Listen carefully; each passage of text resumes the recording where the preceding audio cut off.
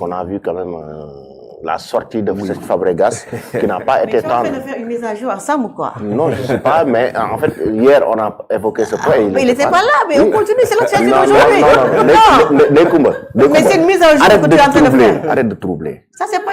Non, je ne suis pas en train de troubler. Non, tu troubles. Il y a quelqu'un qui l'a dit, hein. Tu as dit quoi? Arrête de troubler l'émission. Non, personne n'a dit ça. Non, je suis désolé, personne n'a dit ça. Non, je ne trouble pas. C'est une mise à jour. Les questions là, on l'a abordé hier. Non, quand est-ce hier? Voilà. Et aujourd'hui, on avance ça. Ça veut dire que c'est une mise à jour. On avance, d'accord. Sam Fabregas, ça sorti. La sortie de Fabregas. Fabregas. Tenez, on ne l'a pas traité ici hier. Assane Diao, on ne l'a pas traité ici hier. Liste des 30. Est-ce que vous pouvez me fermer le micro de Découbo, s'il vous plaît? Équipe. On ne l'a pas traité hier ici? Alors, donc, est-ce que vous pouvez me fermer le micro de Découbo, s'il vous plaît? Sam, la déclaration de Fabregas. Vous avez la parole, Sam. C'est une déclaration qui manque de respect au Sénégal, selon vous, ou bien c'est quelque chose quand même qu'il devait faire pour protéger son joueur. Ouais. Il y a la fédération qui sort pour dire que Assane Diao s'est blessé avant le match amical. Donc, il s'est blessé déjà en championnat. Donc, Fabregas qui sort pour dire que même s'il part à la CAN, c'est un risque, d'après ce qu'on a lu, d'après sa déclaration. Oui. Bon, je pense que déjà, c'est pas à Fabregas de nous dire si on doit partir à la CAN avec Assane Diao ou pas. S'il y a des risques, c'est pas à lui de le définir, c'est un médecin qui doit le faire. Je pense que non seulement au Sénégal, avec la fédération, il y a les médecins qui peuvent statuer sur ce cas-là, tout comme au sein du club d'Assane Diao, il y a aussi des médecins qui peuvent statuer à ce niveau-là. Moi, je pense que c'est encore une fois une pression que ces coachs-là, des clubs, des joueurs sénégalais, mettent souvent sur les équipes nationales respectives à chaque fois qu'il y a la Coupe d'Afrique. Je pense que c'est pas la première fois qu'on est un coach qui hausse le ton pour dire que voilà, que tel joueur devait être protégé, qu'il ne devait pas jouer la CAN, que c'est un risque. Bon, attends, nous, on n'a pas besoin de l'avis de Fabregas pour savoir si on doit convoquer Assane Diao pour la Coupe d'Afrique ou pas. Mais je pense que aussi Pape Thiaw, il a quand même aujourd'hui un fond de banc qui est très bien fait en cas d'absence d'Assane Diao. Donc on a déjà vu comment est-ce que ce jeune-là est en train d'imposer ses pattes en équipe nationale, le jeune Ibrahima Mbaye. C'est pas en train de faire une différence quand même, ou bien de comparer, ou bien de minimiser le talent d'Assane Diao. Il a encore une fois tout ce qu'il faut comme argument pour jouer en équipe nationale du Sénégal. Le Sénégal a aussi besoin de lui. Donc, si toutefois il est forfait, je pense que il n'y a pas de péril en la demeure en cas d'absence d'Assane Diao. Et puis, les gens disent que Pape Thiaw est en train de forcer. Depuis hier, c'est ce qui est dit. Je vois même sur certains plateaux que le Sénégal est en train de forcer pour Assane Diao. Mais lorsqu'on convoque un joueur, c'est très normal qu'il vienne pour qu'on vérifie est-ce que c'est réellement blessé ou pas. Parce que dans le passé, on a été victime de ça. Même dans l'arène, ça se passe comme ça. Reug est blessé, le CNG l'a convoqué pour une contre-expertise pour voir si réellement il est blessé. Effectivement, on l'a fait récemment avec Jacobs, Ismaël Jacobs. Ça s'est passé comme ça avec lui récemment. Ismaël Sarr même a failli rater la CAN 2021. C'est ça. Warford voulait le retenir. Effectivement.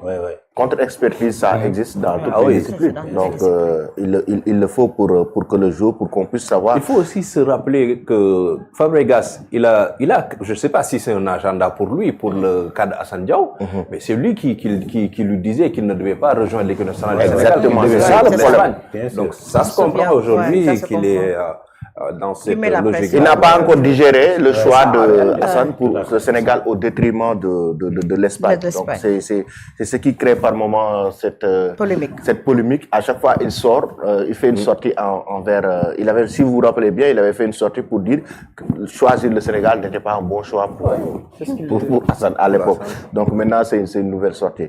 Alors hier, notre joueur très constant, notre légende du milieu de terrain sénégalais, Idrissa Gana Gueye, a pris un carton rouge, quelque chose qui est quand même surprenant. Depuis le début de sa carrière, surprenant, Gana Gueye, c'est très rare qu'on voit Gana Gueye avec ce comportement. Donc lorsqu'on a vu que Gana a pris déjà le fait de lui donner un carton rouge alors qu'il était bis avec son propre coéquipier, ça pose, moi personnellement, ça me pose problème. Il n'a pas frappé son adversaire, mais plutôt son coéquipier. Bon, c'est à l'appréciation de l'arbitre qui lui donne un carton rouge et après il fait une sortie pour s'excuser. Il a montré un esprit de grandeur. Déjà, le carton rouge de Gana Gueye, c'est pas ses habitudes en tout cas. Oui, ce n'est pas à ses habitudes. Gana, c'est quelqu'un de très calme, un modèle, une référence. Il écope rarement de carton même lors des matchs. Hier, bon, il a reproché à son coéquipier Michael Keane d'avoir mal défendu sur une action mancunienne. Après, la situation a dégénéré, il y a eu une altercation et Gana l'a giflé.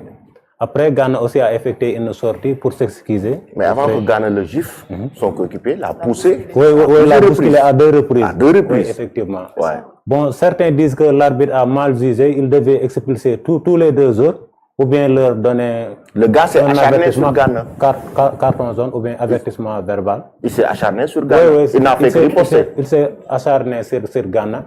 Ce n'est pas à ses habitudes quand même. Ce n'est pas à ses habitudes. Oui, vraiment. Gana, c'est quelqu'un de très, très poli. On ne l'a jamais entendu dans les... Oui, non, mais c'est vrai, on ne l'a jamais entendu. C'est un cadre à Everton. C'est quelqu'un qui est très, très, très calme. Oui. Donc, c'est son geste. Maintenant, le carton s'est laissé à l'appréciation de l'arbitre, puisque c'est le maître du terrain. Mais, comme vous le dites, hein, les 2 joueurs devraient être sanctionnés. Puisque, comme vous l'avez dit, hein, il a eu à l'harceler presque tout au long de la partie. Maintenant, pourquoi l'arbitre a sorti le carton rouge pour Gana et pas pour l'autre? Comme on dit, hein, c'est laissé à l'appréciation de l'arbitre. Maintenant, des fois, les joueurs, ils sont dans leur bulle et peut-être aussi c'est un coup de gueule. Il y en avait assez, parce que c'est la première fois, moi, personnellement, que je vois Gana faire ces genres de gestes. C'est pas comme El Hadji et autres. C'était même contre, c'était aussi, on a eu aussi le geste du capitaine, la dernière fois avec le Brésil. Il y a des joueurs qui te provoquent vraiment, si tu peux pas, par exemple, gérer, si par exemple tu es quelqu'un qui, peut-être qu'ils étaient à bout, parce que aussi le capitaine, on a l'habitude aussi de voir, c'est un joueur aussi qui est très calme. Mais on a vu avec Vinicius, vous-même vous dites que c'est un gars qui est très indiscipliné sur le terrain. Maintenant, avec tout le monde sait que le Sénégalais ne se laisse pas faire. Et aussi hier, Gana a montré aussi qu'il fallait aussi marquer un coup. Et malheureusement, il a écopé d'un carton. Mais puisqu'il a eu à faire un geste de grandeur, c'est-à-dire sortir pour faire son mea culpa, donc c'est bon alors. Effectivement. Tering? Bon, c'est un geste quand même regrettable, mais Gana, c'est comme un N'Golo Kanté, c'est-à-dire qu'ils sont exemplaires à la fois sur le terrain et en dehors, et pratiquement ils jouent même le même poste. Maintenant, pour moi, certes, c'est l'arbitre qui apprécie en fait, voilà, il donne en fait, lui, c'est son avis, c'est son choix, mais il fallait quand même juste avertir les 2 joueurs avec un carton jaune, parce que si on revoit les images, c'est le coéquipier qui l'a poussé en fait en premier lieu, et par la suite, bien sûr, Gana, il est sorti de ses gonds et l'a giflé, chose qu'il fallait pas du tout faire. Maintenant, bon, il y a parfois dans un match l'adrénaline, il y a la tension, donc ça se comprend, c'est un compétiteur et tout. Et je pense que c'est la première fois qu'on voit un Gana Gueye vraiment qui est en train de crier sur le terrain, qui est un peu agacé. Ce qui veut dire que c'était pas du tout quand même la première fois que certainement Keane faisait une erreur qui aurait pu apporter un but à Manchester United. Par la suite, il s'est excusé. Donc, c'est-à-dire qu'il a reconnu en fait son erreur. Il s'est excusé à la fois auprès de son coéquipier, mais aussi du club et des supporters de Everton. Et heureusement, bien sûr, que cela n'a pas du tout été, on va dire,